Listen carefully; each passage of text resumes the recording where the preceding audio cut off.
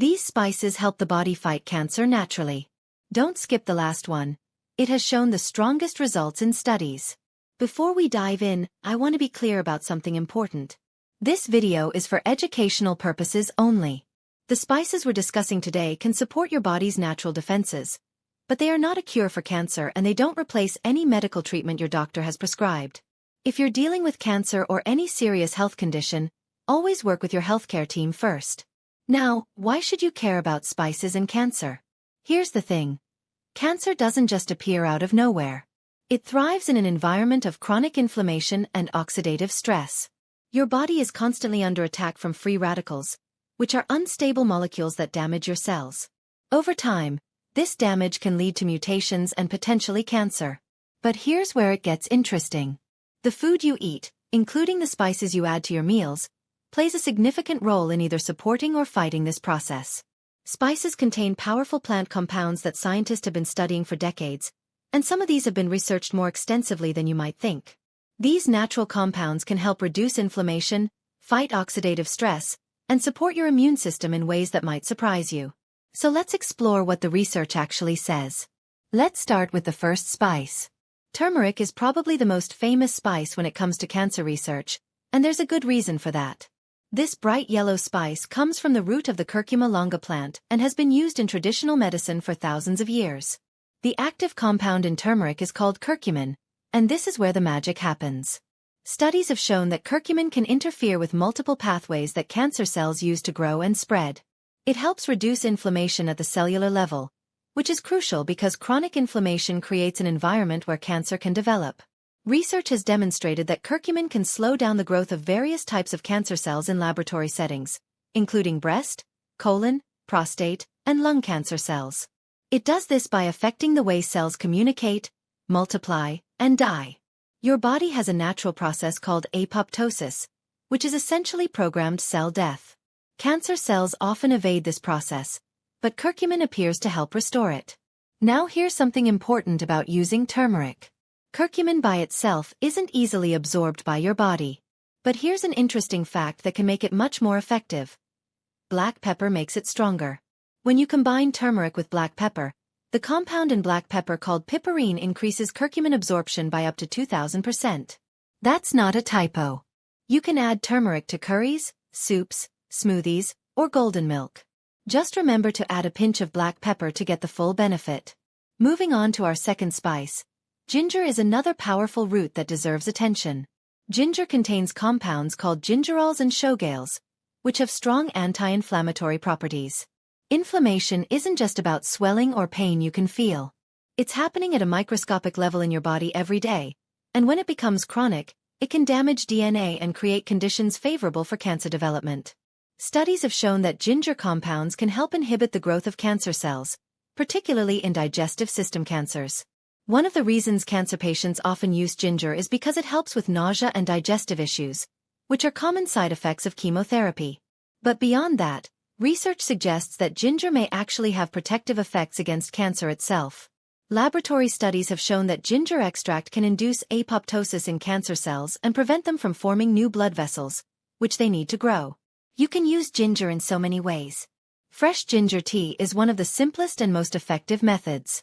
Just slice a piece of fresh ginger root, steep it in hot water for 10 minutes, and you've got a powerful anti-inflammatory drink. You can also add grated ginger to stir-fries, soups, and smoothies. Now let's talk about garlic. This pungent bulb has been studied extensively for its cancer-fighting potential, and the results are compelling.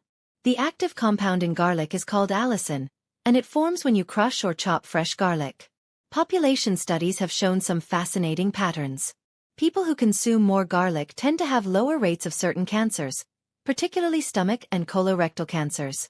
Garlic supports your immune system in multiple ways. It helps white blood cells identify and destroy abnormal cells before they become problematic. It also has antibacterial and antiviral properties that reduce your overall burden of infections, allowing your immune system to focus on other threats like potentially cancerous cells. Studies have demonstrated that garlic compounds can slow cancer cell growth, trigger apoptosis, and prevent cancer cells from forming the blood supply they need to spread. Here's a practical tip.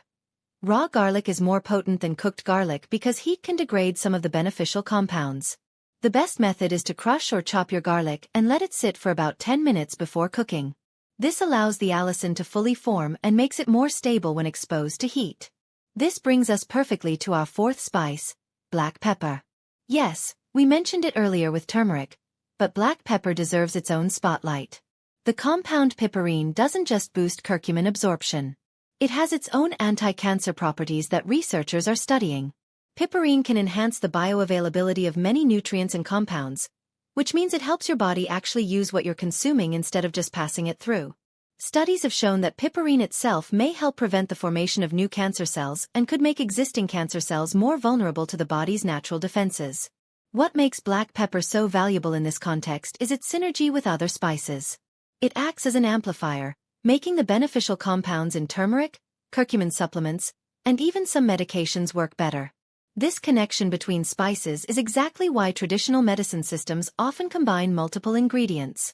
They understood synergy long before modern science could measure it.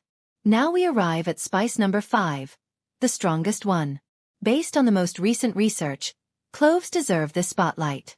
Cloves contain extremely high levels of antioxidants, higher than almost any other spice. The active compounds in cloves, particularly eugenol, have shown remarkable potential in laboratory studies. Researchers are paying close attention to cloves because the antioxidant activity is so concentrated. Studies have demonstrated that clove extracts can reduce the growth of tumors, induce death in cancer cells, and prevent the spread of cancer to other tissues. In laboratory settings, clove compounds have been effective against breast cancer cells, liver cancer cells, and colon cancer cells. What makes cloves particularly interesting is that eugenol appears to work through multiple mechanisms at once. It fights oxidative stress, reduces inflammation, and directly interferes with cancer cell survival pathways. This is why many researchers are focusing their attention on this spice. You don't need large amounts of cloves to benefit from their properties. A small pinch in tea, coffee, or cooked dishes can provide antioxidant support. Just remember that cloves are very strong, so a little goes a long way. Now let's talk about using these spices safely, because this is crucial. All of these spices are generally safe when used in normal culinary amounts. We're talking about the quantities you'd add to food, not megadoses in supplement form. Taking concentrated supplements is a different story and should only be done under medical supervision, especially if you're on medication. Some of these spices can interact with blood thinners, diabetes medications, and chemotherapy drugs. Turmeric and ginger, for example, have natural blood-thinning properties. Garlic can intensify the effects of anticoagulant medications. This doesn't mean you can't use them, but it does mean you should talk to your doctor if you're taking medications or planning to use therapeutic amounts. Here's the big picture that I want you to understand. No spice works alone, and no single food is a magic bullet against cancer. Your body is an incredibly complex system, and cancer prevention requires a comprehensive approach. These spices are powerful tools, but they work best as part of a larger strategy that includes a diet rich in whole foods, vegetables, and fruits. Regular physical activity matters because it reduces inflammation and helps regulate hormones that can fuel cancer growth. Sleep is when your body repairs cellular damage, so getting quality rest is non-negotiable. Chronic stress weakens your immune system and creates inflammatory conditions, so managing stress through meditation, exercise, or other methods is essential. And of course, regular medical care and screenings catch problems early when they're most treatable. Think of these spices as valuable players on a team, not solo performers. So here's what I want to know from you. Which of these spices do you already use daily? Are you going to start incorporating any new ones into your routine? Comment below and let me know. If you want a part 2 covering more cancer-fighting foods and compounds, type the word spices in the comments right now. And if you found this information valuable and want more science-based health videos that cut through the noise and give you practical information you can actually use, hit that subscribe button. Your health is your most valuable asset, and small daily choices with spices like these can add up to significant protection over time.